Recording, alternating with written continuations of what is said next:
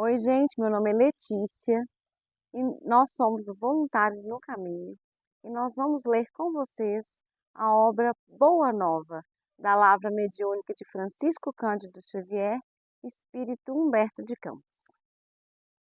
Prefácio na Escola do Evangelho. Oferecendo esse esforço modesto ao leitor amigo, julgo prudente endereçar-lhe uma explicação quanto à gênese dessas páginas. Dentro delas, sou o primeiro a reconhecer que os meus temas não são os mesmos. Os que se preocupam com a expressão fenomênica da forma não encontrarão talvez o mesmo estilo. Em período algum, faço referências de sabor mitológico. E naqueles velhos amigos que, como eu próprio e no mundo, não conseguem atinar com as realidades da sobrevivência, surpreendo por antecipação as considerações mais estranhas. Alguns perguntarão com certeza se fui promovido a ministro evangélico. Semelhante admiração pode ser natural, mas não será muito justa. O gosto literário sempre refletiu as condições da vida do espírito. Não precisamos muitos exemplos para justificar o acerto. Minha própria atividade literária na Terra divide-se em duas fases essencialmente distintas. As páginas do Conselheiro XX são muito diversas das em que vazei as emoções novas que a dor, como lâmpada maravilhosa, me fazia descobrir no país de minha alma. Meu problema atual não é o de escrever para agradar, mas o de escrever com proveito. Sei quão singelo é o esforço presente. Entretanto, desejo que ele reflita o meu testemunho de admiração por todos que trabalham pelo Evangelho no Brasil. Nas esferas mais próximas da Terra, os nossos labores por aperfeiçoar sentimentos à exemplificação do Cristo são também minuciosos e intensos. Escolas numerosas se multiplicam para os espíritos desencarnados. E eu, que agora sou um discípulo humilde destes educandários de Jesus, reconheci que os planos espirituais têm também o seu folclore. Os feitos heróicos abençoados, muitas vezes anônimos no mundo, praticado por seres desconhecidos, encerram aqui profundas lições, em que encontramos forças novas. Todas as expressões evangélicas têm entre nós a sua história viva. Nenhuma delas é símbolo superficial. Inumeráveis observações sobre o Mestre e seus continuadores palpitam nos corações estudiosos e sinceros. Dos milhares de episódios desse folclore do céu, consegui reunir 30 e trazer ao conhecimento do amigo generoso que me concede a sua atenção. Concordo em que é pouco, mas isso deve valer como uma tentativa útil, pois estou certo de que não me faltou o auxílio indispensável. Hoje, não mais cogito de crer, porque sei. E aquele mestre de Nazaré polariza igualmente as minhas esperanças. Lembro-me de que um dia, palestrando com alguns amigos protestantes, notei que classificavam a Jesus como rocha dos séculos. Sorri e passei como os pretensos espíritos fortes de nossa época e no mundo. Hoje, porém, já não posso sorrir, nem passar. Sinto a rocha milenária, luminosa e sublime que nos sustenta o coração, atolado no pântano de misérias seculares.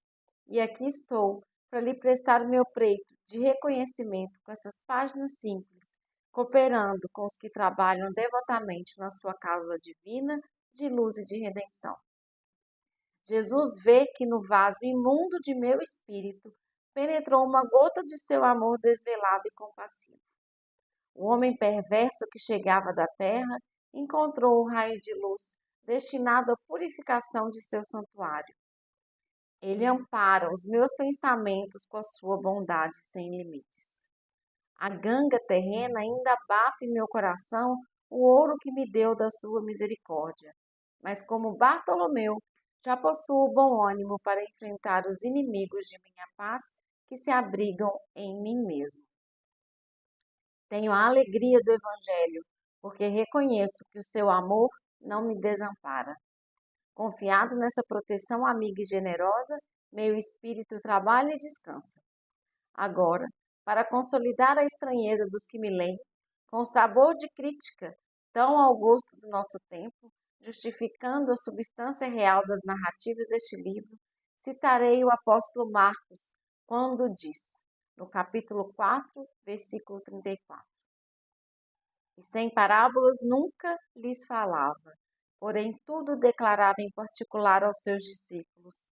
E ao apóstolo João, quando afirma, no capítulo 21, versículo 25: Há, porém, ainda muitas outras coisas que Jesus fez e que, se cada uma de per si fosse escrita, e cuido que nem ainda o mundo todo poderia conter os livros que se escrevessem. E é só.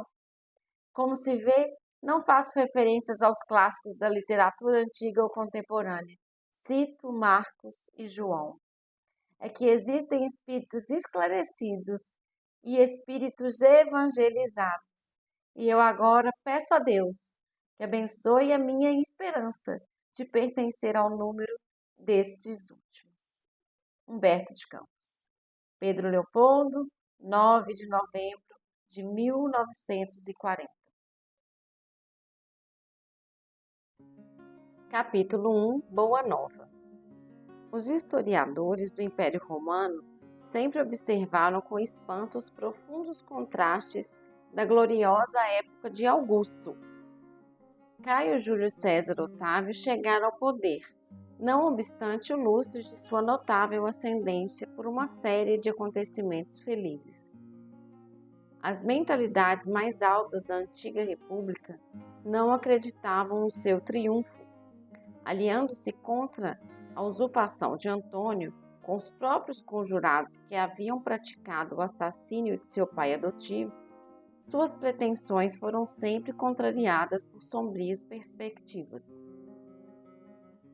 Entretanto, suas primeiras vitórias começaram com a instituição do triunvirato e, em seguida, os desastres de Antônio no Oriente lhe abriram inesperados caminhos.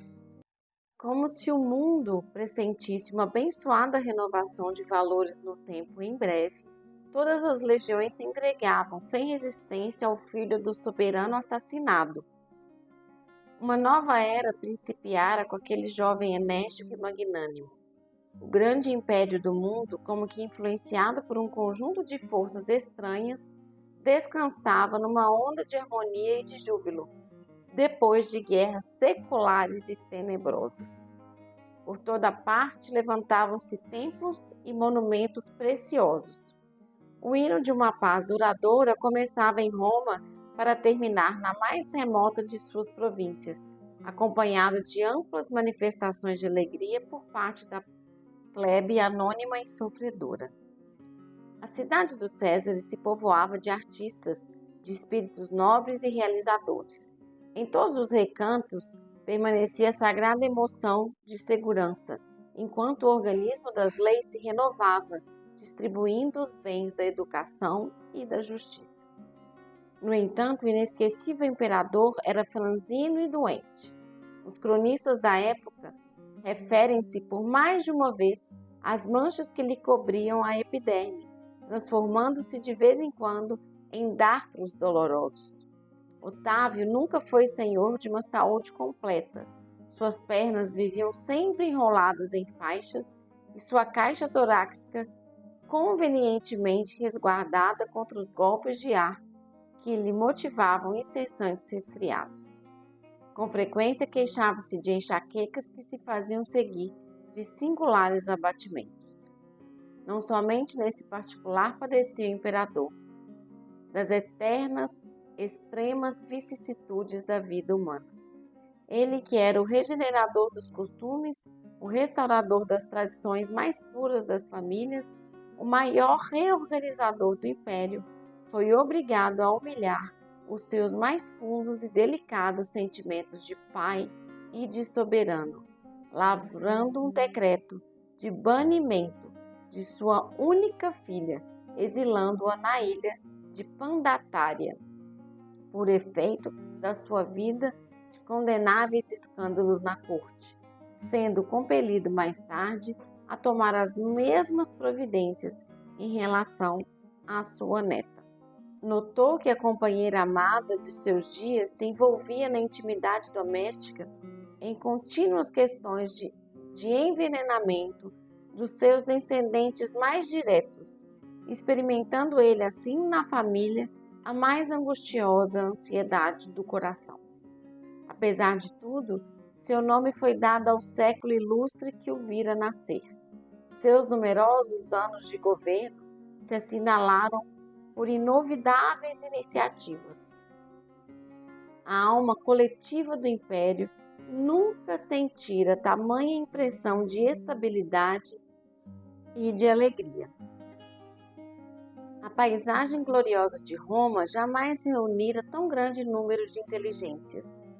É nessa época que surgem Virgílio, Horácio, Ovídio, Salúcio, Tito Livio e Mecenas como favoritos dos deuses. Em todos os lugares lavravam-se mármores soberbos, esplendiam jardins suntuosos, erigiam-se palácios e santuários, protegia-se a inteligência, criavam-se leis de harmonia e de justiça, num oceano de paz inagualável. Os carros de triunfo esqueciam por algum tempo as palmas de sangue, e o sorriso da deusa Vitória não mais se abria para os movimentos de destruição e morticínio. O próprio imperador, muitas vezes, em presidindo as grandes festas populares, com o coração tomado de angústia pelos dissabores de sua vida íntima, se surpreendeu testemunhando o júbilo e tranquilidade geral do seu povo e, sem que conseguisse explicar o mistério daquela onda interminável de harmonia, chorava de comoção, quando do alto de sua tribuna dourada escutava a famosa composição de Horácio, onde se destacavam estes versos de morredora beleza. Ó sol fecundo, que com teu carro brilhante abres e fechas o dia, que surge sempre novo e sempre igual, que nunca possas ver algo maior que Roma. E que os historiadores ainda não perceberam, na chamada época de Augusto, o século do Evangelho ou da Boa Nova. Esqueceram-se de que o nobre Otávio era também homem e não conseguiram saber que no seu reinado a esfera do Cristo se aproximava da terra, numa vibração profunda de amor e de beleza. Acercavam-se de Roma e do mundo, não mais espíritos belicosos, como Alexandre ou Aníbal, porém outros que se vestiriam dos andrajos dos pescadores para servirem de base indestrutível aos eternos ensinos do Cordeiro. Imergiam nos fluidos do planeta os que preparariam a vida do Senhor e os que transformariam em seguidores humildes e imortais de seus passos divinos. É por essa razão que o ascendente místico da era de Augusto se traduzia na paz e no júbilo do povo, que instintivamente se sentia no limiar de uma transformação celestial. Ia chegar à terra o sublime emissário. Sua lição de verdade e de luz ia espalhar-se pelo mundo inteiro, como chuva de bênçãos magníficas e confortadoras. A humanidade vivia, então, o século da Boa Nova. Era a festa do noivado a que Jesus se referiu no seu ensinamento em morredouro. Depois dessa festa dos corações, qual roteiro indelével para a concórdia dos homens ficaria o Evangelho como o livro mais vivaz e mais formoso do mundo, constituindo a mensagem permanente do céu entre as criaturas em trânsito pela terra, o mapa das abençoadas altitudes espirituais, o guia do caminho, o manual do amor, da coragem e da perene alegria.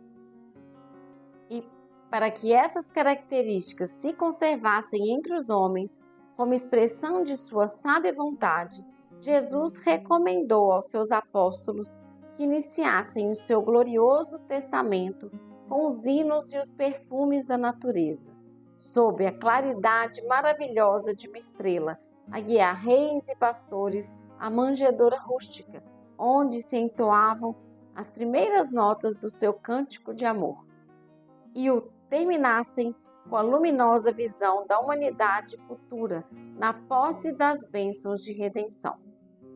É por este motivo que o Evangelho de Jesus, sendo o livro do amor e da alegria, começa com a descrição da gloriosa noite de Natal e termina com a profunda visão da Jerusalém libertada, entrevista por João nas suas divinas profecias do Apocalipse.